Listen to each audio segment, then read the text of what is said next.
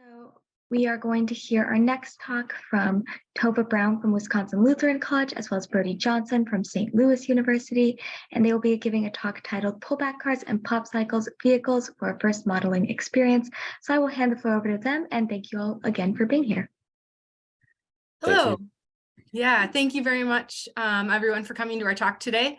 We're excited to share with you 3 modeling scenarios, which are all available on the Simeode website recently within the past 2 years. And the links between these 3 scenarios beyond our involvement are that they're all about toy cars and they're all readily available online. So students can have their toy cars and collect their own data. And the way they're going to collect data about these objects in motion is through recording with their cell phones. And then frame-by-frame video analysis will let them extract time and position data for analysis and for use with the models. So these are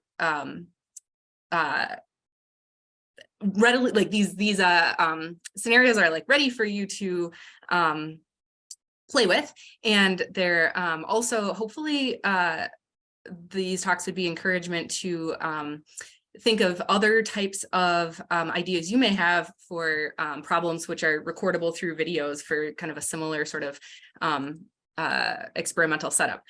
So since Brody is the driving force behind these 3 models, he's going to take it away now and introduce the big picture of the model and these scenarios. Thanks, Tova. I caught that pun. Very good. And I have a little bit of a cold, so apologize for my voice.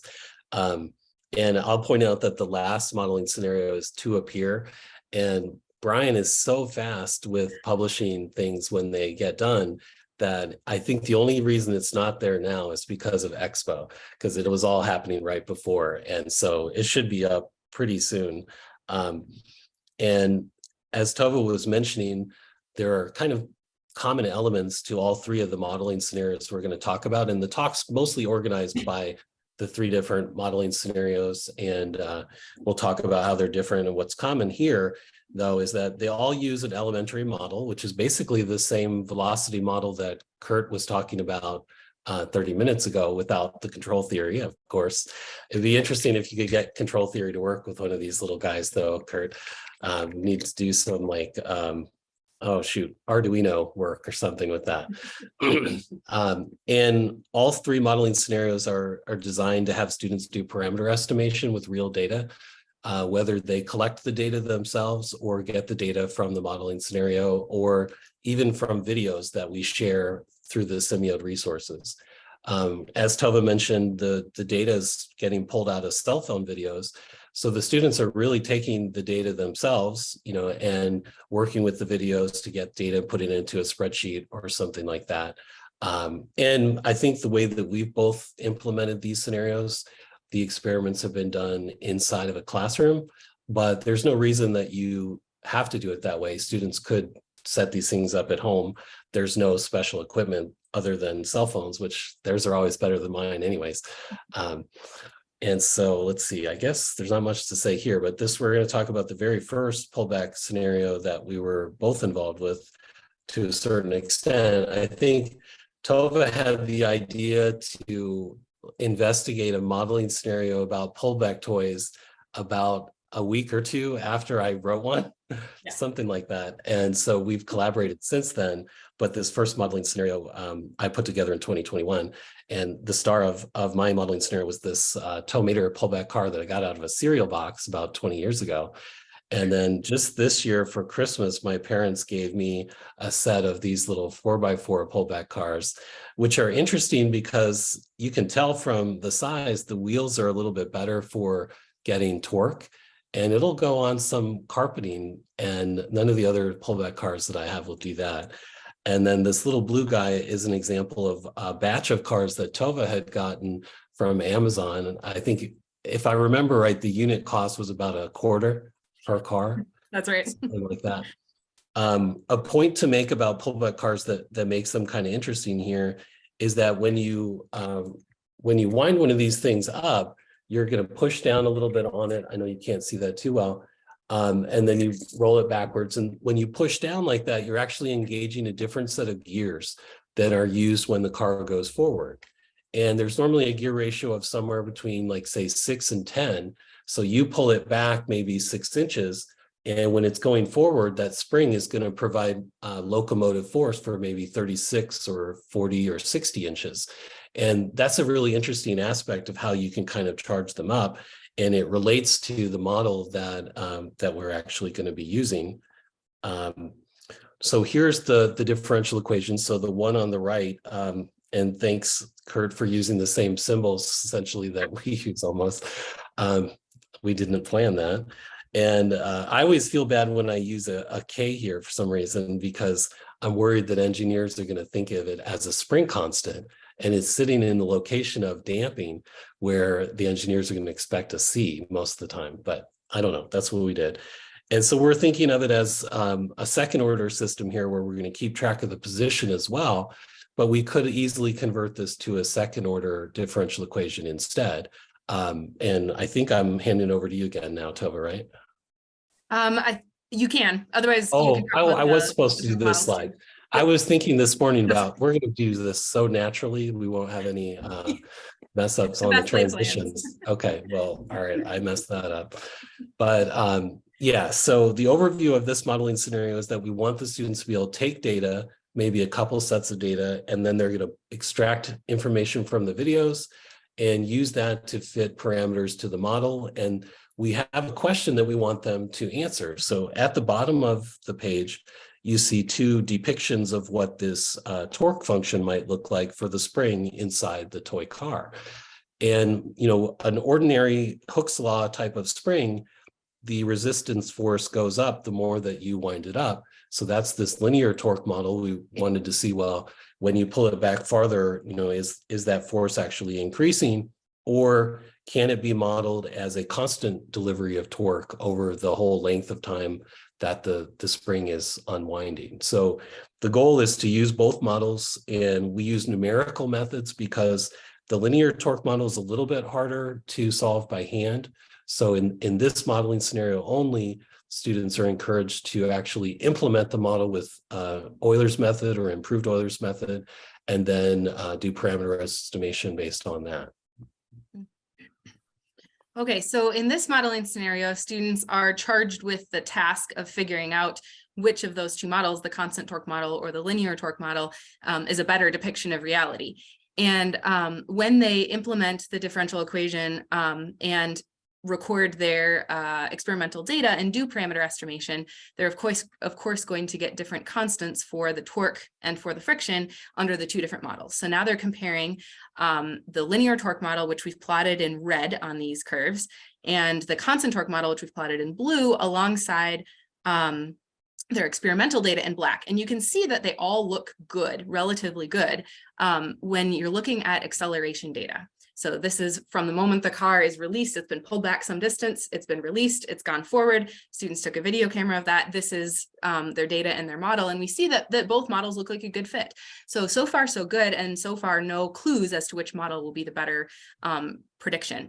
But when you then propagate the model forward in time, we see that so we see then these 2 pictures. And so it looks like the linear torque model predicts the car will travel much further ultimately before it decelerates to 0 than the constant torque model does.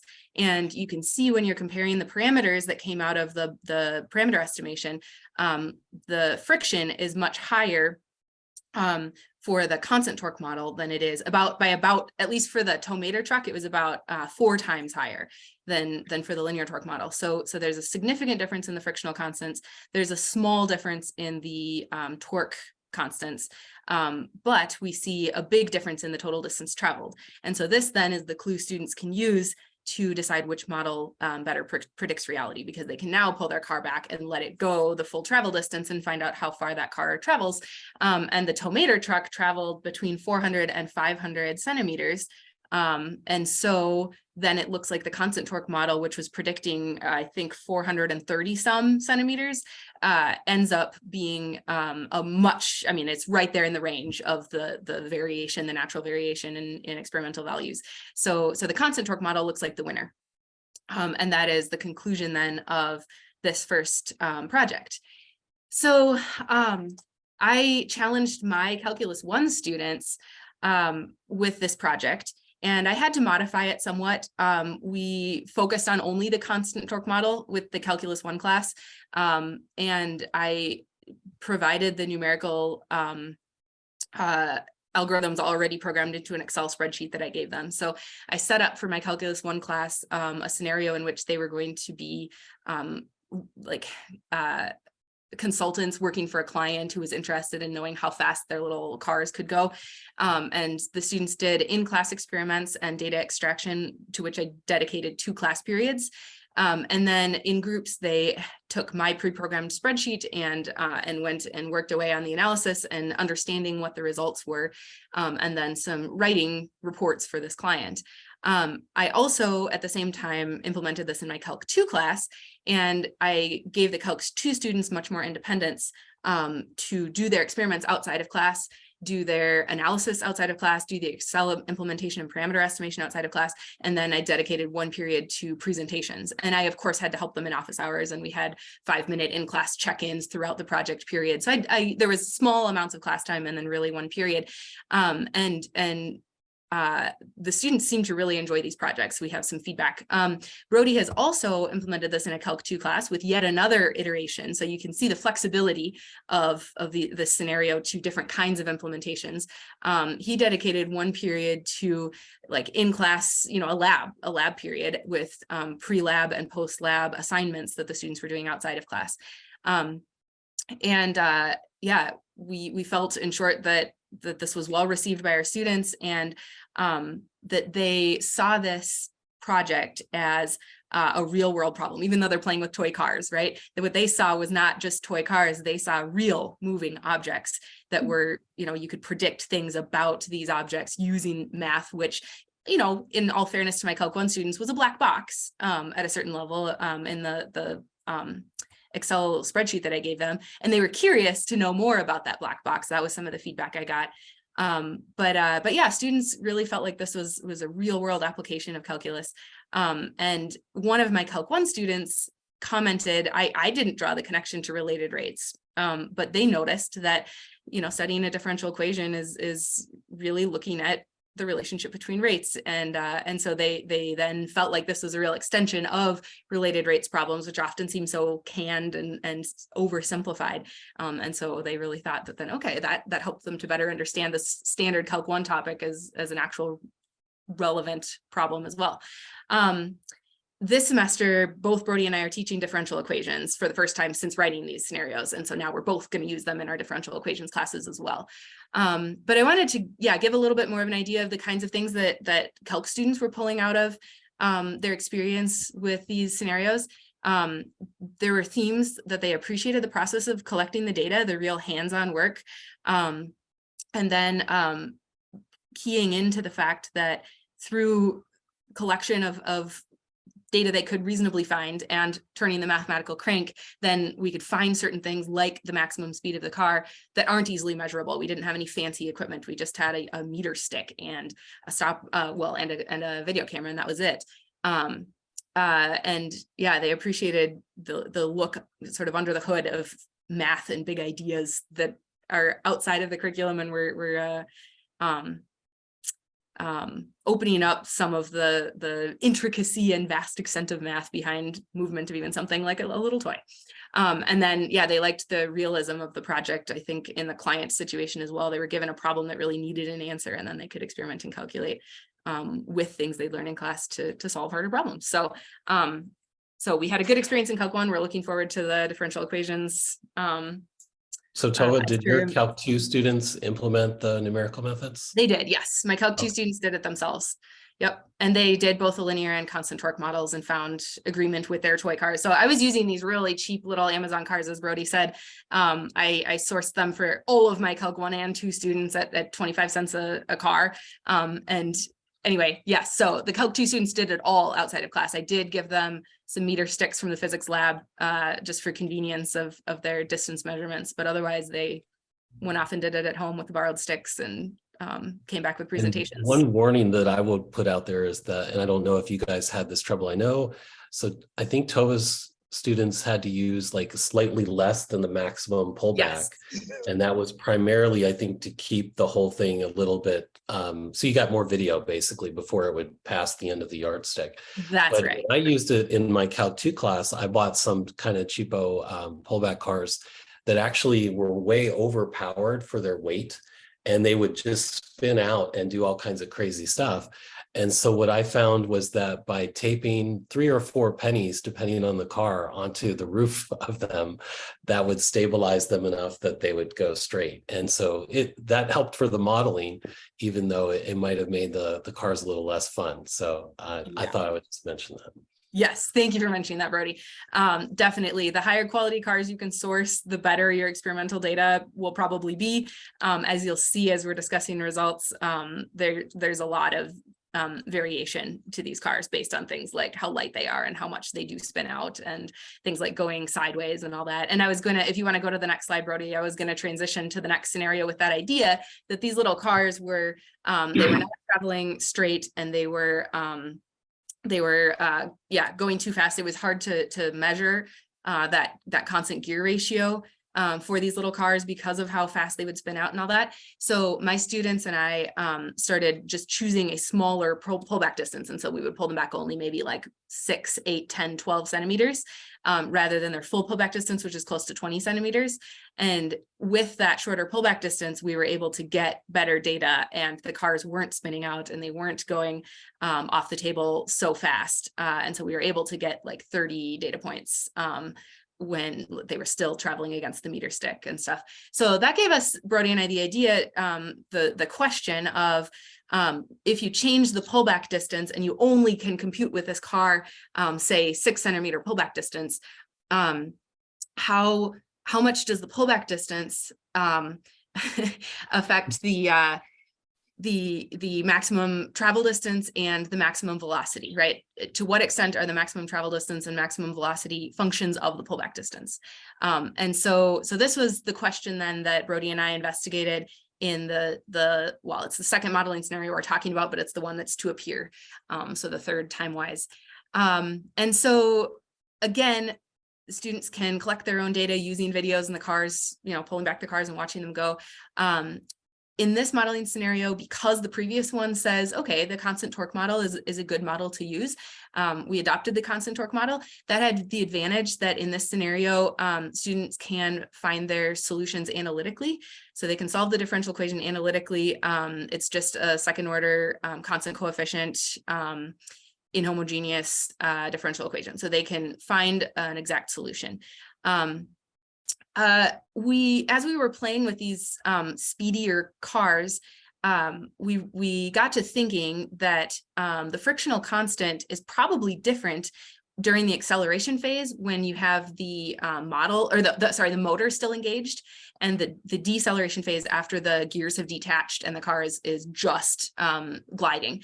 And so we tried different frictional constants now. So you have different frictional constants during the acceleration and deceleration phases of the car. And then we are looking at how do you adapt the model to account for a variable pullback distance. So that's the overview of this scenario. So like I said, now the model has 2 different phases. Students will have to collect data in the acceleration phase. So from the moment the car is pulled back, collect some data, which stays entirely within the wind down distance. And in that acceleration phase, we've got a model for, we've got the solution. And the initial conditions are easy to set up, and the solution is easy to find in terms of the frictional constants K1 and, well, just K1, and the torque constant that we're calling MP to indicate that it depends on the pullback distance XP. And then the students also need to run their car and set up their video camera shifted over a bit so that they capture some video data of the car decelerating in order to determine the second deceleration friction constant. And so again, they can solve the model directly here. The constants A0 and A1 need to be determined after you've figured out the time at which the car reaches its wind down distance. Okay, so I'm going to speed up a little bit here because we're getting close on time. But let's see. And this is where I'm handing it back over, yes? Sure, yeah. Now I'm getting confused by our plan as well. Well, no, that's totally fine. So we're looking at some real data again. I think we have 2 data sets on this page. Is that right? Yeah. Yeah, that's right. And, Yep, we have and 2 then we have acceleration our, data sets. yeah, and we have our model fit alongside of it, and it does pretty well. This is only looking at acceleration data, and then we would have a separate graph that would show how the model fits during deceleration. The deceleration is pretty straightforward though, because it really does just kind of decay exponentially, which is what that model would imply. This is a cool pullback card that I found online. I think they're made in Sweden, and they're really fast. Way faster than the one I got out of a cereal box, let's put it that way. And it's pretty fun. And so they make different varieties. I found some on eBay as well. This is like an older model that I have. Those are really cool cars. And yeah, so I think the next part that I'm supposed to talk about is really just how we adapted the model for the pullback distance. And at one point I was really thinking that we should go back to the linear torque model, because when you increase the pullback distance, you're also increasing the wind down distance. And the linear torque model would naturally satisfy Hooke's law in a way that when you pull the car back twice as far, you would have 4 times the energy stored, which is what we expect with a spring.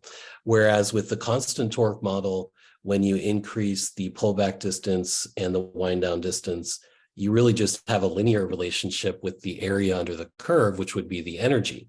So what we decided to do, because we like the way that the constant torque model works from the analytical side, and it's easier for students to solve, is that we would actually allow this constant MP to vary with the pullback amount. And so basically it's just a ratio. And if you identify the constant MP for some fixed pullback amount and want to adjust it to a new pullback amount, you just multiply by the ratio of the pullback distances.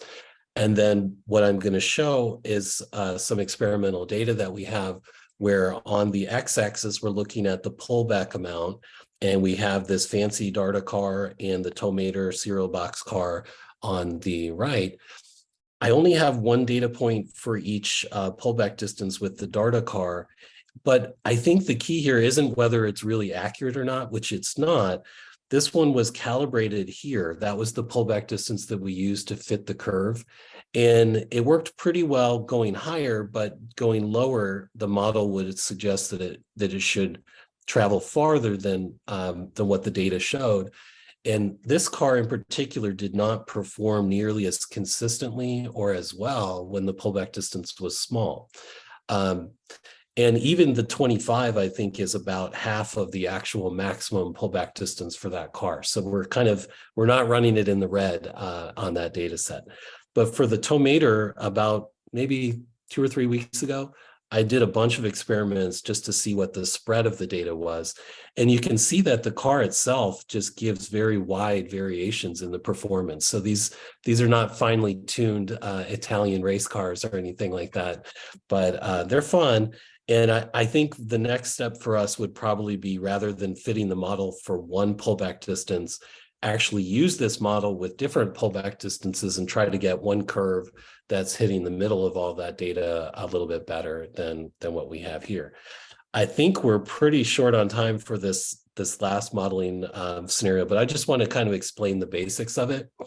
So it uses what we call ripcord powered toys. And the idea of these is that you initiate a high rate of speed on the rear wheel or the driven wheel with a ripcord, and then you can lay it down and it'll take off and go pretty far. And the really neat aspect of these kind of toys is that the acceleration is happening due to friction with the floor. So you've put a wheel down that's spinning at a very high speed, but it has no motion. And the friction from the floor helps speed that wheel up while slowing the rotational speed of the wheel down. And it also stabilizes the toy. So these are little toy motorcycles, but they don't fall over because of that gyroscopic inertia that you get by spinning the wheel at a high rate of speed. The other interesting thing about them, I'm going to kind of skip ahead, like the model is basically the same, but but the physics is a little different because it doesn't have a motor. When you pull the cord really hard, it's going to accelerate for a longer period of time. That's what we're seeing in the green. When you pull it sort of softly, then it's going to accelerate for a shorter amount of time. But the vigor with which you pull the ripcord has no effect on the frictional force between the wheel and the floor. So the acceleration rate is basically the same for any kind of pull. And these toys are really wild in the sense that they can go more than 10 meters in a straight line, just a little pull, and can see how small they are. I mean, very tiny thing. And I don't know if anyone here would remember this from their childhood. So I had some of these, the pullback cars, the pop cycles in the 80s. That's when I was a kid. So I had those. But apparently, like the generation right before me had access to these toys made by Kenner called supersonic power racers. And they're much bigger, and they have a hard plastic wheel. I've since purchased some on eBay, and they're really fun too. So I haven't done as much data collection with those yet, but the physics is basically the same. The spinning wheel starts to gather speed, and you can do a lot of the same kind of modeling with them. So and then I think the last thing we were going to say is just that this idea of using cell phone cameras to record data is something that we feel like you could do a lot of different things with. You know, Chris McCarthy yesterday was showing how he had a student doing a Newton law of cooling problem where he made a cell phone video of a digital thermometer. But you could do so many other things with it. And I have a couple of ideas that I'm going to hopefully work on in the near future, and maybe in collaboration with Tova again, which has been a great thing that we owe to Brian Winkle as well for hooking us up about 1.5 years ago. And it's been a lot of fun. So I think we'll stop there and see if anyone has any questions or anything for us.